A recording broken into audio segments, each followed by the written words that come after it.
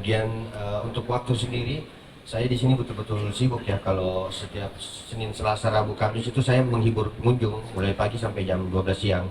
Sehingga kegiatan untuk bikin musik itu cuma jam setengah 2 sampai jam setengah 5. Itu pun kadang terpotong asar. Jadi saya jam setengah 3 sudah harus ke masjid lagi. Kemudian balik. Jadi jam setengah 5 sudah harus masuk kamar.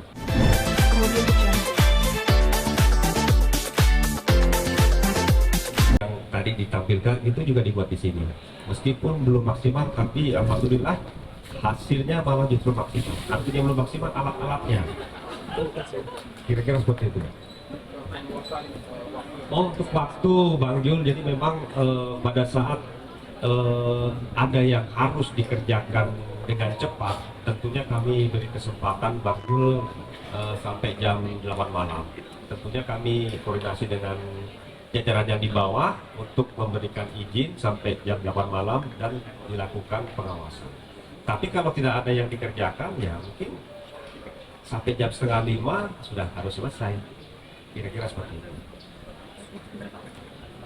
Lalu Bang Jul, Di bangunan studio ini hibah dari Karta Makala, kemudian ada sebagian alat yang juga dihibahkan dan ada sebagian alat dari saya sendiri. Adapun di dalam untuk instrumennya memang tidak ada ya, belum ada, tapi ada komputer sehingga saya bisa rekaman. Adapun untuk isian drum dan lain itu kan bisa pakai aplikasi ya.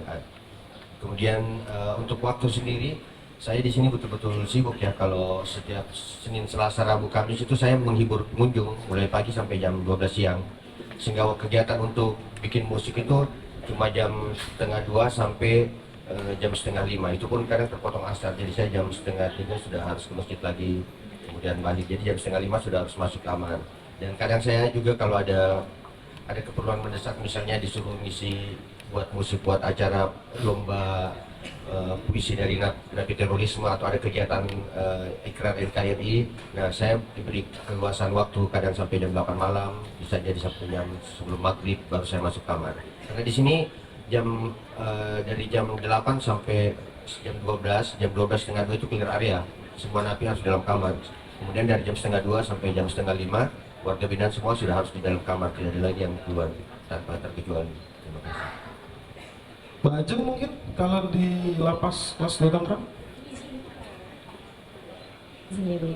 Alhamdulillah sebenarnya kalau di lapas kelas 2 sangat nggak jauh beda sama Bang Zul sendiri. Kita sendiri sebenarnya ada setengah 5 jika memang sudah tidak ada kegiatan, memang kita akan pasti disuruh masuk gitu. Tapi jika memang ada kegiatan-kegiatan yang sangat penting yang memang dibutuhkan untuk latihan lebih, kita memang diizinkan hingga jam 8 ya Ibu ya, sama banget.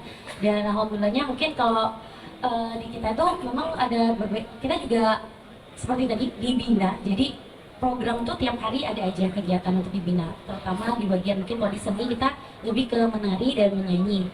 Jadi kebetulan alhamdulillah kita ada beberapa kepercayaan untuk bisa menari di beberapa kegiatan. Jadi alhamdulillah sama teman-teman yang di sana itu kita luar biasa semangat mereka.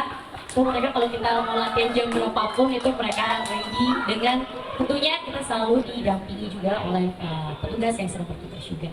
Tapi sama sih sebenarnya, dan alhamdulillah kita sibuk banget ya Mas. Jadi kegunaannya supaya kita waktu itu terus berjalan, kita tidak seperti lama menunggu tiba-tiba udah pulang gitu. Cukup? Yang lain? Yang lain, teman-teman rekan media yang lain yang mau bertanya silakan. Harapan. Atau dari Instagram. Jadi pertama bikin lagunya ini pas saya ke lapas dia untuk menghibur warga binaan di sana, lapas kelas 2 Tangerang. Berapa itu? Iya, bulan November waktu itu saya diundang ke sana, kemudian saya bikin lagunya. Setelah itu musiknya dikirim ke sana, kemudian dia pelajarin. Nah, kemudian untuk take vokal dia itu di dalam sini itu pas syuting video klipnya. Jadi kita take vokal dulu, paginya, siangnya langsung syuting video klip. Karena memang untuk mendatangkan dia ke sini itu kan agak ribet ya, karena 2 kanwil yang berbeda, kemudian butuh pengawalan dan seterusnya. Jadi saya maksimalkan pas syuting sekalian rekaman juga gitu. Jadi seperti itu kurang lebih. Yang jelas ini awalnya inisiatif dari Ibu Kalapas juga sebenarnya. Ibu Kalapas, karena melihat di sana ada Putri Ajeng, ya udah alhamdulillah. Dan ini pertama kali Pak ya, pertama kali berkolaborasi seperti ini. Mudah-mudahan kedepannya juga saya bisa berkolaborasi dan dengan lapas-lapas yang lainnya. Terima kasih. Cerita liriknya Bang? Cerita tentang lagunya Bang Zul? Inspirasinya ya jadi apa namanya? Ya ada apa ceweknya nunggu gitu, nunggu cowoknya lagi nyari duit karena kadang kalau mau nikah kan butuh duit. Iya. Tapi sering ada Butuh duit, apalagi kalau seorang buis kan lumayan mahal, pas setengah mati kita cari uang.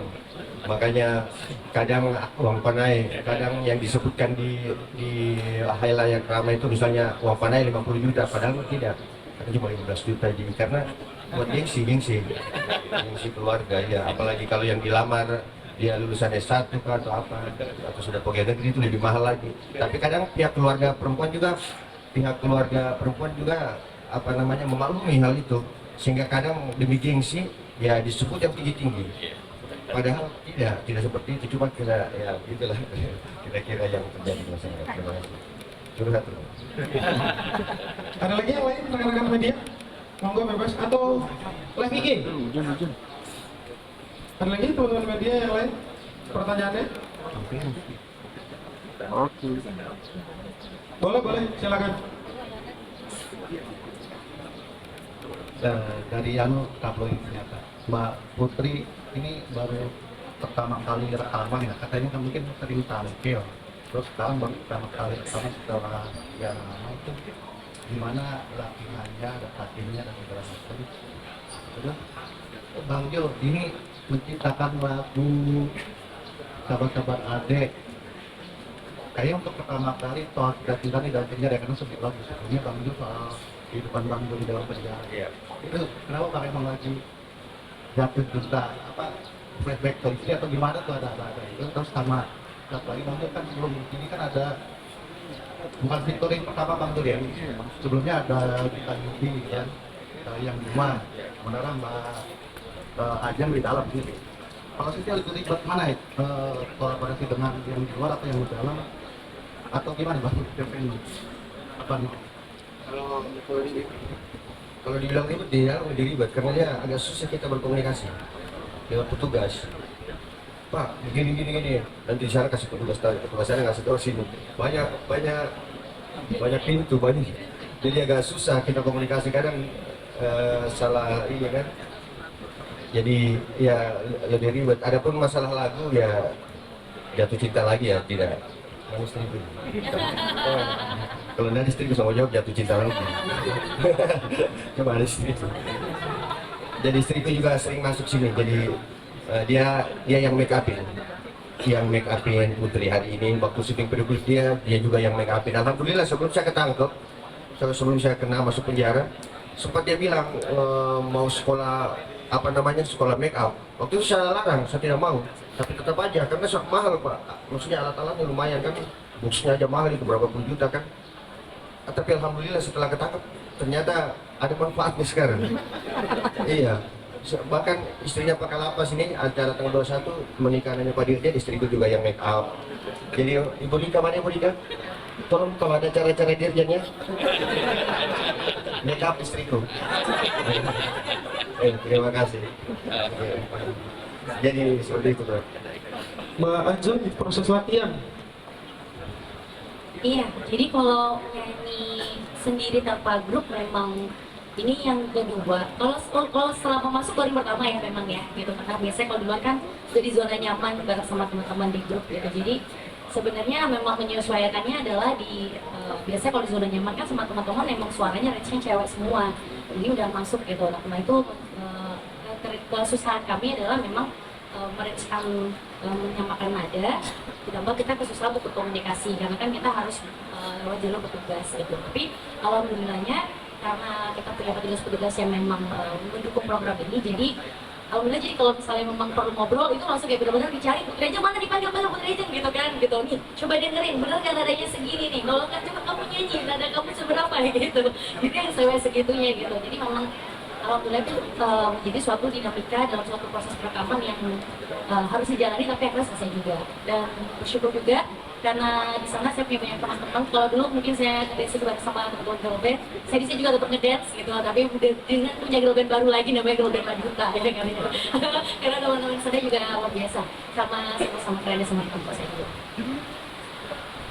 Ini udah masuk pas mau syuting kan ada dancernya ya. Itu sekarang 5 hari sebelum syuting saya tanya dancernya udah siap, katanya dancernya malah tunggu saya. Jadi saya ngajarin gitu, karena di sini kan saya juga ngajarin nari buat keluarga binaan terorisme ya, kalau mau ada acara NKRI bisa lihat teman-teman di YouTube itu. Nah, ya, jadi ada khususan masalah komunikasi, jadi agak ini karena lewat jalur petugas. Terima kasih. Ada lagi? Kemudian